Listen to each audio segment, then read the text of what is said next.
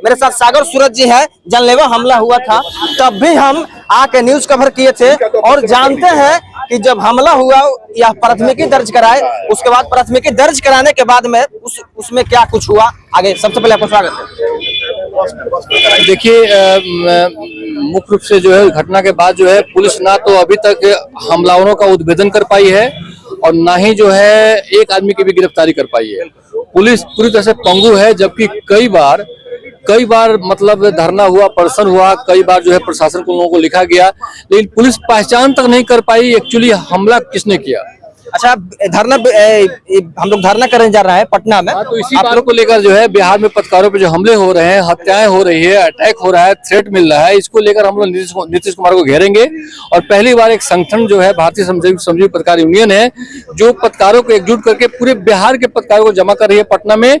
इसमें हम लोग जो है अपने हकों की लड़ाई लड़ेंगे, इसी काम को लेकर जा रहे हैं। बिल्कुल, भारतीय श्रमजीवी पत्रकार संघ पटना निकल रहा है। इसके बैनर तले पटना में सभी पत्रकार बंधु एकत्रित होंगे। मेरे साथ बात करने के लिए भाजपा नेत्री डॉक्टर हेना चंद्रा है और इनसे हम बात करेंगे लोकतंत्र को कमजोर करने की जो साजिश चल रही है, इसके बारे में क्या कहेंगे। देखिए, लोकतंत्र को तबाह करने की साजिश चल रही है और इस साजिश में बिल्कुल इस लोकतंत्र को तबाह करने का प्रयास किया जा रहा है और इस साजिश में हम इस विपक्ष को कभी भी कामयाब नहीं होने देंगे। उसके लिए चाहे जो भी हो जाए, पब्लिक की आवाज आप उठाते हैं और जब आप ही सुरक्षित नहीं रहेंगे तो आम जनता की आवाज उठाएगा कौन? जब आपकी आवाज को दबाया जाएगा तो लोगों की आवाज उठेगी कैसे? तो ये जो समस्या है ना, ये जो लोकतंत्र की हत्या करने की प्रयास की जा रही है, तबाह भी नहीं, लोकतंत्र की हत्या करने की जीती जागती साजिश की जा रही है। आपने देखा ना किस तरह पटना की सड़कों पर जब हम भारतीय जनता पार्टी के कार्यकर्ता और नेतागण जब शिक्षकों के लिए आवाज उठाते हैं,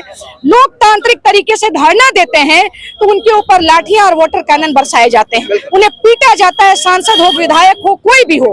और अब आप लोग टारगेटेड हो गए हैं। अब ये जो लोकतंत्र का चौथा स्तंभ है उसको टारगेट बनाया जा रहा है।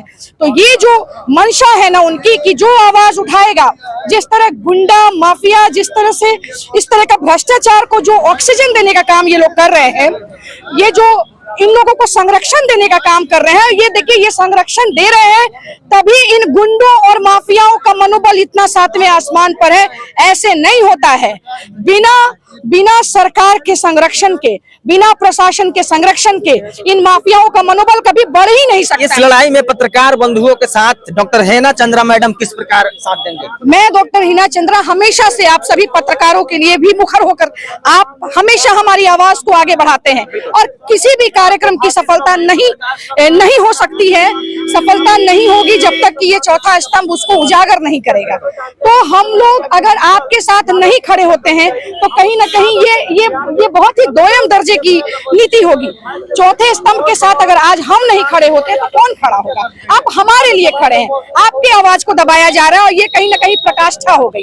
अब प्रकाष्ठा हो गई और इसको रुकना होगा। इसके लिए आप लोग धरना देने जा रहे हैं, हमारी शुभकामनाएं हैं और मॉरल रूप से भी और शारीरिक रूप से भी मैं यहाँ मौजूद हूँ और मैं चाहती हूँ कि आपका ये धरना जो है बिल्कुल सफल हो और आप लोग इस बात को आगे बढ़ाएं।